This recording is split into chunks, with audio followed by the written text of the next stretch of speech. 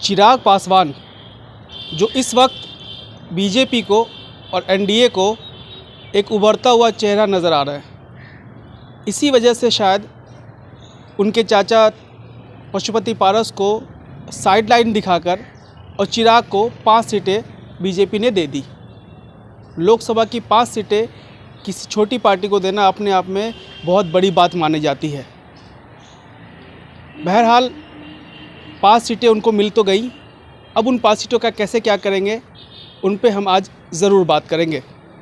नमस्कार, आप देख रहे हैं बिहारी जंक्शन और आपके साथ मैं हूं निशांत वर्मा। चिराग पासवान की लोजपा पार्टी को 5 सीटें बीजेपी के द्वारा दी गई। 5 लोकसभा सीटों को लेकर चिराग पासवान काफ़ी मंथन करने के बाद उन्होंने जो पहले खुद जमुई से सांसद हुआ करते थे, अब वो हाजीपुर से इस बार चुनाव लड़ने का फैसला किया और उसी जमुई संसदीय क्षेत्र से अपने ही बहनोई अरुण भारती, जिनका बहुत ज़्यादा पॉलिटिकल बैकग्राउंड नहीं रहा है, बहुत ज़्यादा राजनीति की उनकी पकड़ नहीं रही है, समझ उतनी नहीं रही है, अचानक से पता चलता है, वो ऐलान करते हैं कि उनके जो बहनोई हैं अरुण भारती जी, वो जमुई से खड़े होंगे। अब जमुई में जो उनकी पार्टी थी उसमें भी कई नेता थे और कई नेता ऐसे भी थे जिनकी आवाज़ थोड़ी सी बुलंद हुई कि भाई जब यहाँ पे नेता हैं, कार्यकर्ता हैं, तो फिर बाहर से लाकर किसी और प्रत्याशी को यहाँ बिठाना, क्या ये न्याय संगत होगा? बावजूद इसके चिराग पासवान ने अपने बहनोई को वहाँ से डेब्यू करवा दिया, जिसको राजनीतिक भाषा में लॉन्चिंग करना भी कहते हैं। अब अरुण भारती वहाँ से खड़े हो गए।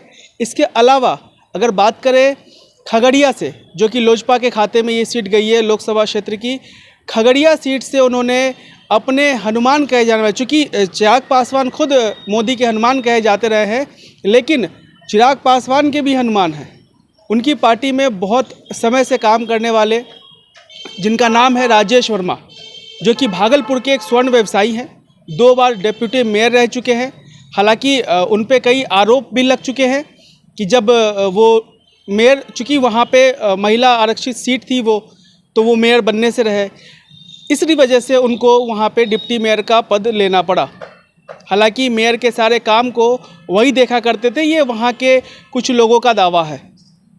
और इसमें भी कई चर्चाएं होती थी कि डिप्टी मेयर अगर वो बने हैं तो पैसे की दम पे बने हैं, और कहीं ना कहीं उस वक्त ये चीज़ें हुआ करती थी, तो लोगों में चर्चाओं का माहौल रहा है, चर्चाओं का विषय ये रहा है बना हुआ।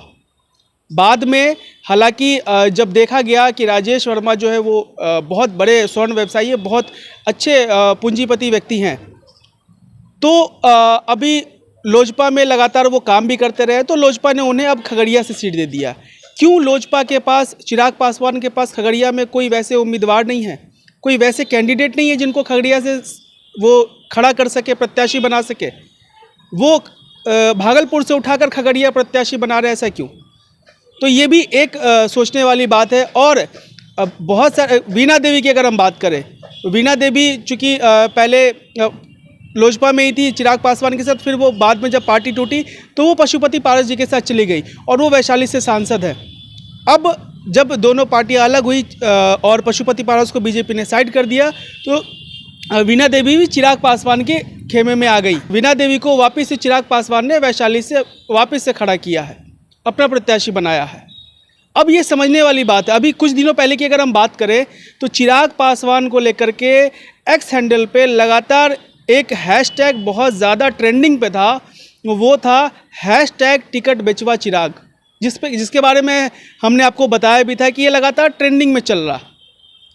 और जिस तरह से ये सीटों को बांटा जा रहा है, जिस तरह से सीटें दी जा रही है, प्रत्याशी खड़े किए जा रहे हैं, इन प्रत्याशियों को देखते हुए साफ तौर पे ये कयास लगाया जा सकते हैं। और चर्चाओं का बाज़ार तो गर्म हमेशा ही रहता है।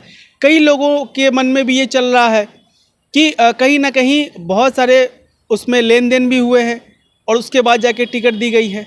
क्योंकि जब क्षेत्रीय नेता को, आप लोकल नेता को किसी को लेकर के नहीं आ रहे हैं और इम्पोर्ट कर रहे हैं नेता आप किसी और ज़िले से, तो इसका मतलब तो कुछ ना कुछ निकलता ही होगा।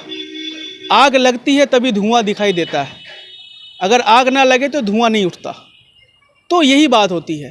बहरहाल अब ये देखना होगा कि चिराग पासवान की 5 सीटें हैं, 3 सीटों पे बात बन गई। हालांकि एक बात और आपको हम बताना चाहेंगे, अशोक चौधरी जो कि जदयू के नेता हैं और अभी मंत्री भी है, ग्रामीण कार्य मंत्री हैं, और अशोक चौधरी की जो लड़की हैं शांभवी चौधरी, उनकी भी बातें चल रही है कि चिराग पासवान, अभी हालांकि ये सूत्रों के हवाले से खबर है, इसकी पुष्टि हम नहीं करते हैं, लेकिन आपको ये जानकारी देना चाहेंगे कि सूत्रों से हवाले से ये खबर आ रही है कि शांभवी चौधरी जो अशोक चौधरी की बेटी है, हो सकता है कि समस्तीपुर से शांभवी चौधरी को प्रत्याशी के तौर पे उतारा जाए लोजपा चिराग पासवान की तरफ से।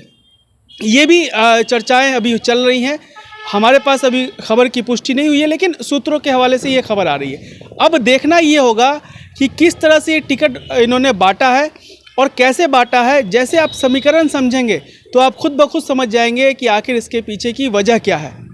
बहरहाल, आपको क्या लगता है चिराग पासवान को लेकर, उनकी पार्टी को लेकर, उनके इस टिकट बंटवारे को लेकर?